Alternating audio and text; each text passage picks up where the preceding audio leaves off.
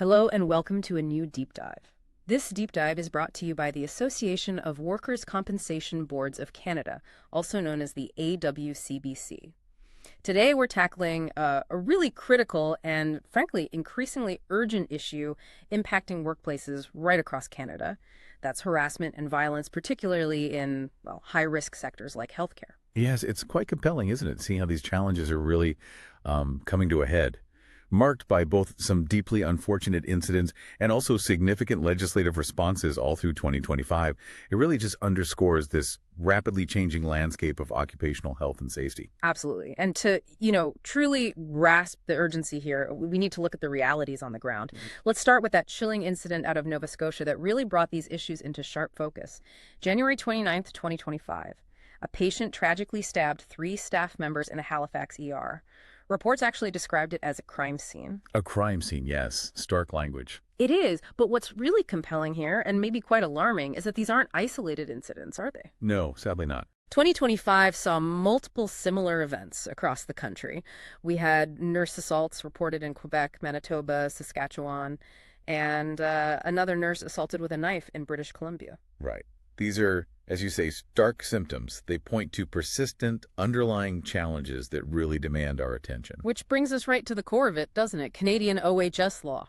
It isn't just suggestive, it's a clear mandate. Exactly. Employers have a fundamental duty, and it's non-delegable to protect workers from harassment and violence. This isn't just like a policy choice, it's a legal bedrock. And recent incidents are truly testing its limits, you could say. They really are. So given these mandates, how challenging is it for employers, especially in those high-risk areas, to not just implement policies, but actually foster a culture where workers feel safe to report? That's the million-dollar question, isn't it? Yeah. It takes more than just paper. You need robust written harassment and violence policies, sure, but also mandatory effective training. Plus, conducting thorough investigations into every single complaint and then implementing real corrective measures. And crucially, workers have to be empowered. They need to be able to report concerns without any fear of reprisal. The real challenge is moving from policy to, genuine cultural change. that cultural shift feels like exactly what Nova Scotia is trying to address with its recent changes. In 2025, their Stronger Workplaces Act amended the OHSA, now explicitly requiring written harassment prevention policies. And it's more than just a tweak, isn't it? Oh, absolutely. It feels like a seismic shift, almost.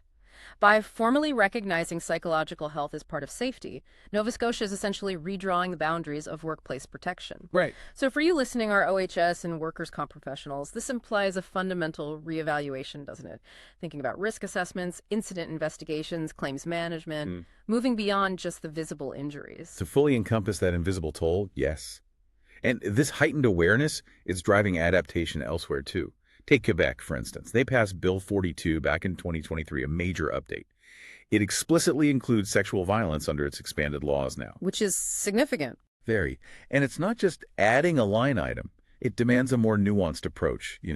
Better training, specific prevention programs by October 2025, recognizing the complexities and sensitivities around sexual violence. That's a profound recognition. And it's not just Quebec moving on this. Alberta, back in March 2025, they streamlined review rules for their combined harassment and violence prevention plans, trying to make it more efficient, I suppose. Aiming for efficiency. And BC, they've had anti-bullying policies for a while now, plus requirements for violence risk assessments. They even offer compensation for mental disorders caused by harassment. Right, but the picture isn't uniform across the board, is it? Not at all. That's where we see this clear patchwork of protection across Canada emerge. You've got jurisdictions like the Northwest Territories and Nunavut that currently lack specific OHS harassment rules. They rely more on general duties and human rights law. Although Yukon is expecting new regs by late 2025. That's the expectation, yes. But for you, our listeners, especially if you're managing a national organization, your compliance strategy has to be incredibly tailored. Meticulously so. Because what works in BC might just fall short in Nunavut, or vice versa. Exactly. It creates a real challenge in ensuring consistent, truly comprehensive safety everywhere. So let's bring it back to the professional listening. You're in OHS, you're in workers' compensation. What is this patchwork, these evolving laws, these persistent incidents, what does it all really mean for your day-to-day? Well, it means your prevention strategies need to be agile. They have to integrate psychological safety much more explicitly than maybe they used to. Okay.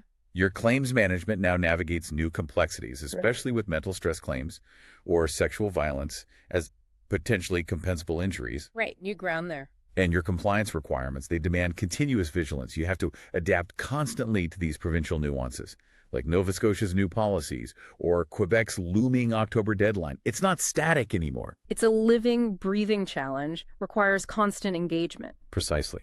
Continuous vigilance, adaptation, and policy. It's essential to handle these nuances effectively. And the very definition of harassment itself keeps evolving, does it? Seems so. It now more clearly includes bullying, repeated severe acts, and specifically sexual violence, which really pushes professionals like you listening to expand your scope of understanding and how you respond. Okay, so looking ahead then, considering these diverse approaches across Canada and the fact these incidents are unfortunately still happening, what might be the next frontier, do you think?